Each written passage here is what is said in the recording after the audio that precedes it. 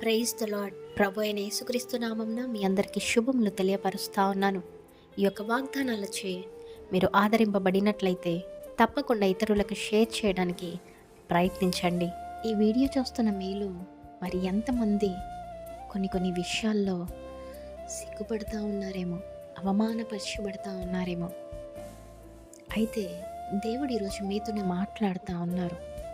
నా ప్రజలు ఎన్నటికీ సిగ్గునందరు అనేసి. అయితే నీ పాపపు జీవితం వలనైనా, నీవు దేవునికి అవిధేయతగా ఉండటం కారణం వలనైనా, మరి దేవుడు పరీక్షించినప్పుడు, సాతాను శోధించినప్పుడు ఎన్నో కారణాల వలన అవమానపరచబడుతూ ఉంటారు, ఆధ్యాత్మిక జీవితంలోనూ భౌతిక జీవితంలోనూ.